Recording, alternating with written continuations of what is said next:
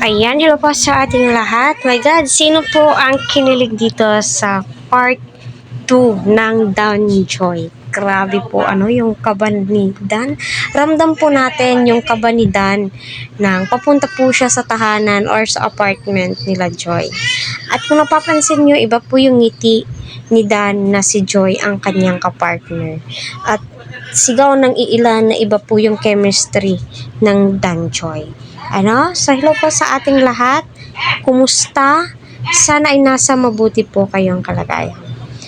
Munting paalala, kung hindi po pasok sa panglasa po ninyo ang Dan Joy, better to skip this video para wala po kayong masabi. Para lamang po ito sa mga nagmamahal sa One Kalingap serye. Diba, ika nga po nila. Kaya patuloy po nating suportahan si Kalingap Rab, Kuya Val, Kalingap Eds, Kalingap Dan. Huwag po natin skip ang kanilang mga ads para sa ganon ay marami pa po silang matulungan. So, ayun. Si Ryan po yung nagbi-video that time.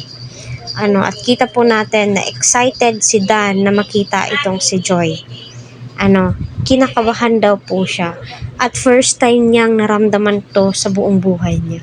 So, ganon, may feelings si Dan kay Joy.